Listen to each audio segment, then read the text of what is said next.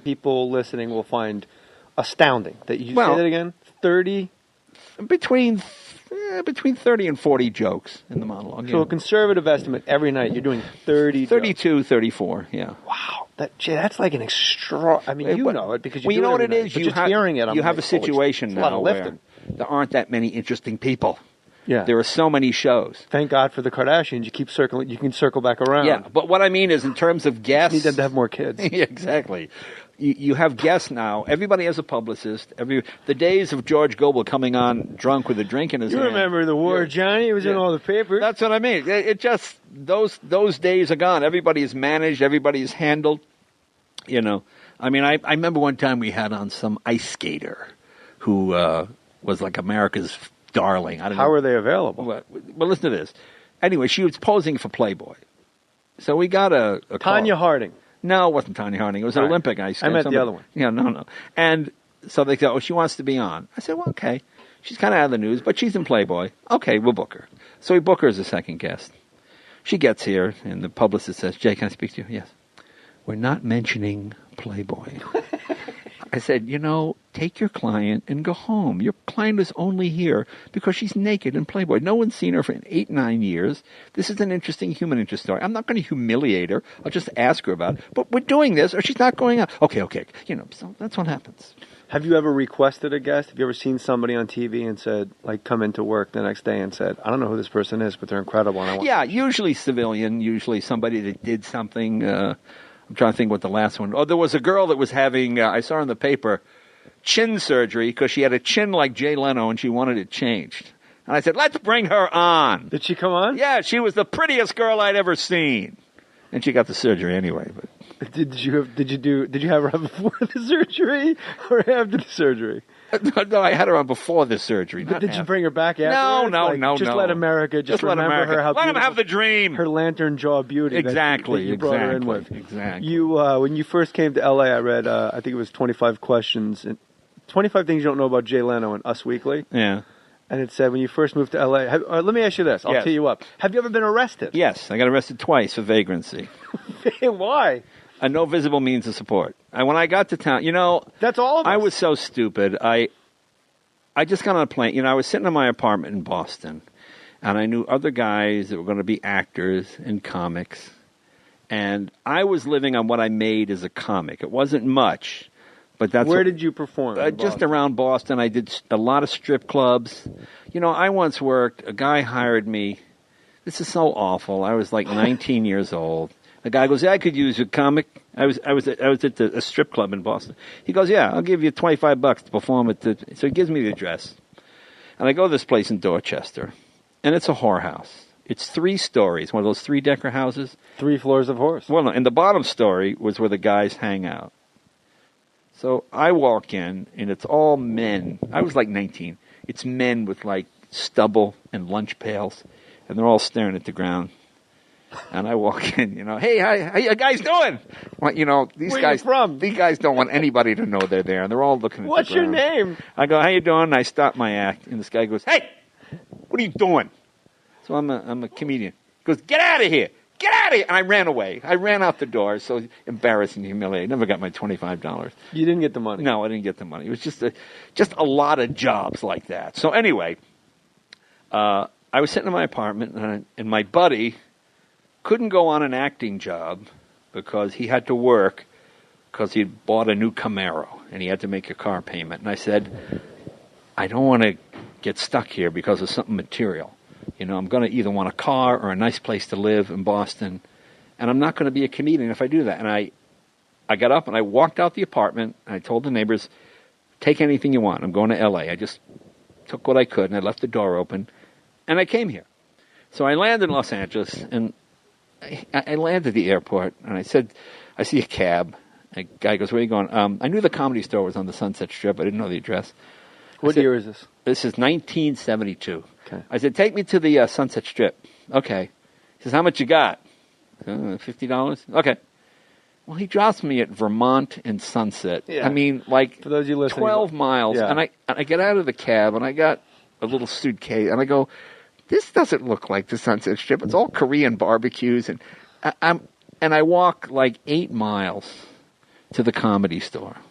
And I slept on the back stairs for the first 3 or 4 days of the comedy. I didn't know anybody. And then I got to know a few Did you ask if you could sleep on the back stairs, or you just... I just kind of slept on the back stairs. And that's what I did, you know. And anyway, that's when I got picked up for vagrancy. So I would go down. Do you think Mitzi called the cops on you? No, I didn't get arrested there. I didn't know how you get in show business. I said, I'll go hang around Hollywood Boulevard. So I was down near Hollywood and Vine and around that area. And talk to strangers. So one day the cops walk by and they see me there at 8 o'clock. And the cop goes by again at 9. Finally, 11 o'clock. What's your name? Where do you live? I don't get in the back. So I would have to sit in the back of the cop car for the whole shift until dawn. And then at dawn, they drop me off and they go, all right, find a place to live. Okay, yes, sir. Sorry, officer. Thank you. So then, you know, like a week later, hey, back of the car. Ugh. But what is the back of the car? Why not bring you in to, like, book you for vagrancy? Because I would tell them jokes, and I would tell them funny stories, and they liked me. They weren't mean to me. They didn't mistreat me. They just, off the street, back of the car, and they would just drive me around until their shift was over at dawn, and then I would go back on this, just walk. And they would tell you, go back and vagrant. I would just walk around and try to be in show business. Just vagrant on someone else's time. That's how I thought you got. It was the most humiliating, you know, just awful.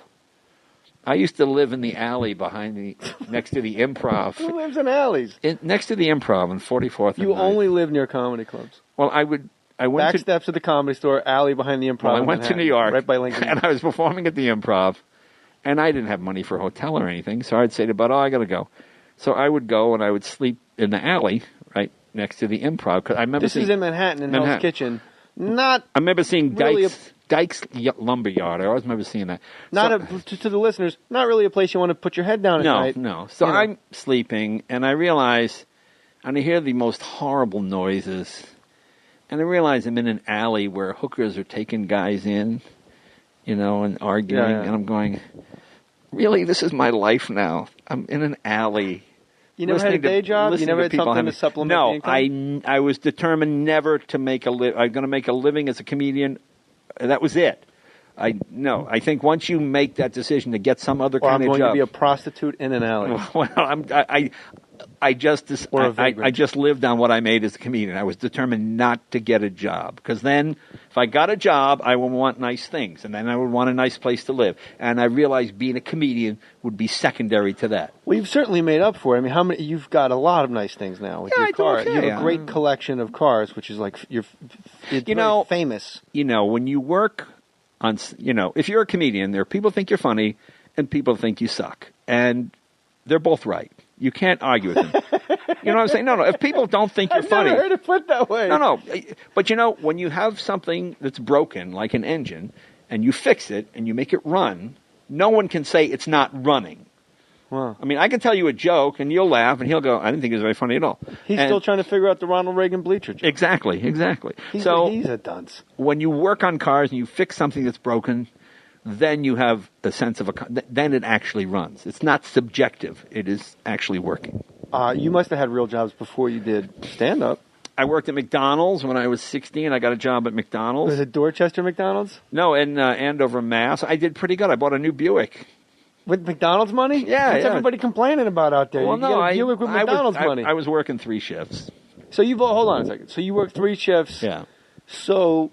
I saw an interview with Carlin a long time ago on YouTube where he said it's all genetics. Even the willingness to work hard is genetic. And like Bobby Knight had that great quote when he said, everyone has the will to win. Send me kids with the will to prepare to win. That's probably true. And then he threw a chair at somebody. I'm a great believer in low self-esteem. The only people with high self-esteem are actors and criminals. I'm one of those people, I assume I am the dumbest person in the room, and if I just work harder... Like, I remember going to the Improv to audition, and I remember waiting in line at the Improv, and you'd line up at like 5 o'clock to go on at 11, 12 at night, and I would see people go, it sucks, and they'd step out of line. And I'd move forward, and I'd go, closer. Wow, this is good. If I can just outweight the other guy. Here's the interesting thing. I always tell comics, if you can physically make it to the stage for 7 years, you will be successful. Most comics cannot. On year 4 or 5, they're sick of their act, They hate their material. They're too straight. They're too gay. They drink. They do drugs. There's something that keeps them in There's year something 5 too. or 6. TOO. There's a 2 in their life. They can't physically get to the stage. And you've seen this. If you think of all the guys we knew that were really funny, and they have a good act, and they're so sick of doing their act, by the time they start to make it, they change it, and they do something, and then they're not as funny anymore. And then they want to go a different direction. If you can physically do it for 7 years, you will be successful. What comics do you like now? Are there guys like... Oh, there's a lot of guys. I like all the guys. We were just talking about Steve Byrne, who's really funny. I think he's funny. A friend of mine just texted me and said I'm going to see Steve Byrne tonight. He's really good. Literally... You know who's really great is Kathleen Madigan. Boy, she is... Joke machine. Joke machine, clever, smart. She writes a lot. And, I always hate the word comedian. You're a comic, male, female. Female... You don't write anything down? Huh? You don't write down... I don't. I mean, you have bullet points probably when you go on stage. You don't a cocktail napkin with a little... No, I don't do that. I'm sorry. So when you go out on stage, where do you try to keep it in Vegas? The Mirage. I just didn't want to say the wrong hotel. The Mirage, but I perform mob come whack me. No, but it's all... Yeah. So when you go out on stage... I used to work mob guys. I used to work mob clubs, the Latin Quarter. And where's that? And that was in New Jersey. I remember years ago I was at Catch, and I was on stage, and everybody was making fun of this mob guy, and he was getting pissed off. So I went on, I did my act, and he said, "Kid, come here, you're very funny." He put $100 in my pocket, and I said, very respectfully, I said, "Thank you, sir, I appreciate it, but, I give it to the church or something like that, "Oh, you don't want my money?" I said, no disrespect. Oh. So I go out in the front, and he comes out, he goes, "You're very smart. You don't take money from people like me. That's how you get in trouble." He said, "You're a smart kid," and gave me one of these things on the face. I said, "Thank you, sir." Because I used to work for those kind of creepy guys, and if you didn't succumb to the sex, the drugs, the alcohol, whatever they were offering you, they didn't bother you. Now, I worked for Mr. Kelly's. I worked all these places. In fact, when I worked Mr. Kelly's, I was there with Frida Payne, and the guy came up to me and he goes, "See, we're out of E's." I said, "What?" On the sign out front, Frida Payne took all the E's. So we're out of E's. You got to be J.L. No. So I look out front and it says comedian J.L. No. And we're out of E's. We're out of E's. And it's Mr. Kelly's like a mob joint. This is Mr. Kelly, yeah. No, this is Chicago. So the review comes out. Frida Payne, very funny. Opening act, the comedian with the unusual name, J.L. No. Mr. No is a very funny comedian. It's just stupid, but that's neither here nor there. But I just used to work a lot of those kind of mob joints. In fact, one day how? I'll tell you what. But how do you get... Go ahead. I was working a club in Boston, and I'm on stage, and there was this Billy, the bouncer, like a mob guy, and he's seating people. So I hear a guy... I hear this in the back. "Hey, the pole's in my way. Shut up. Just watch your show. I can't see the show. The pole's in my way." Obstructed vision. Yeah, and then I hear, "Wow!"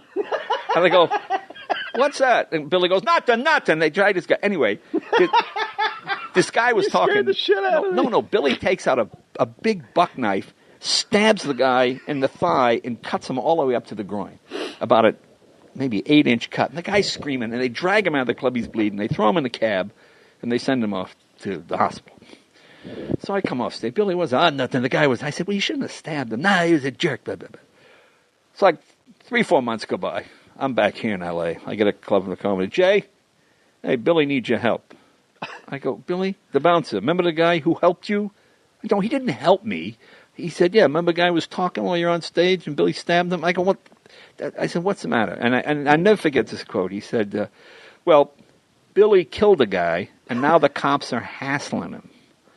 And I said, "Gee, you think the cops would have something better to do than to hassle Billy for murdering a guy?" Comics for vagrancy at Vermont and Sunset. Yeah, so I just and driving them around during their shifts. That was the last days of that old school stuff. So it was. Yeah, you really were like the generation of guys that like just playing a strip club to me is so bizarre. Like I was at the tail end of the comedy boom where like you'd go up to the Catskills to be a disco, they'd stop the music and go ahead. But you actually... Yeah, I'll tell you the Catskills. One day I had an agent named Herb Totus. He says, "I got your job in the Catskills. Pays $100. $100, that's great." I drive up to the Catskills and I see tonight, Jay Leno, Jewish storyteller. and I pull in, and it's a Hasidic resort with the sheets, with the blood hanging in the front and the whole deal. And I walk in, and they got the whole Hasidic.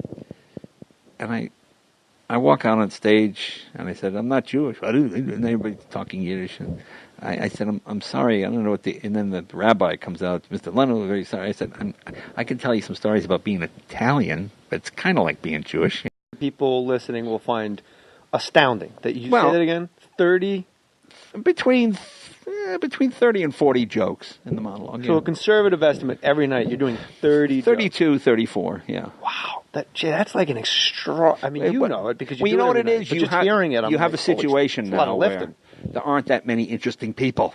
Yeah, there are so many shows. Thank God for the Kardashians. You keep circling. You can circle back around. Yeah, but what I mean is, in terms of guests, you need them to have more kids. Yeah, exactly. You have guests now. Everybody has a publicist. The days of George Gobel coming on drunk with a drink in his hand. You remember the word Playboy.